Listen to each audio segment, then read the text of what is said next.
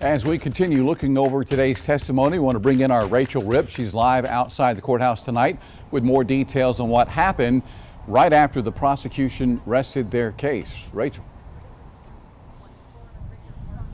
JR, that's right. As you just said, the prosecution team officially rested their case today.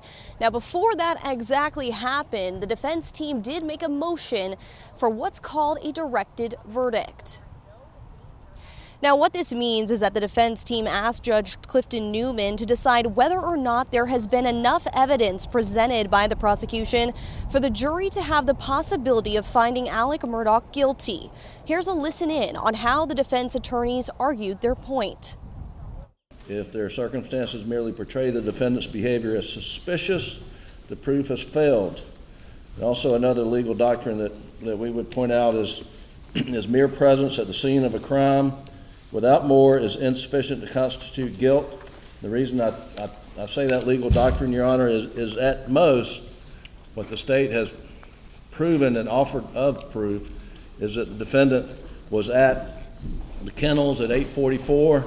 He misstated that he was there, or he lied about he was being down there, and that raises a level of suspicion, and that they have concocted a cell phone timeline to come up with a time of death without any actual evidence of time of death.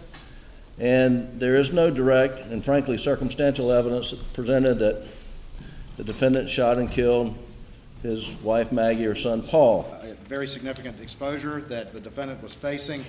Now, in response, Creighton Waters, the lead prosecutor, said they did in fact provide enough evidence in that Alec had potential to lose everything the day of the murders, and in the upcoming civil case that he had an ongoing narcotics addiction, that the state found family weapons used. They also brought up that there were clothing changes by Alec, and that they say the evidence shows Alec was at the scene moments before the murders.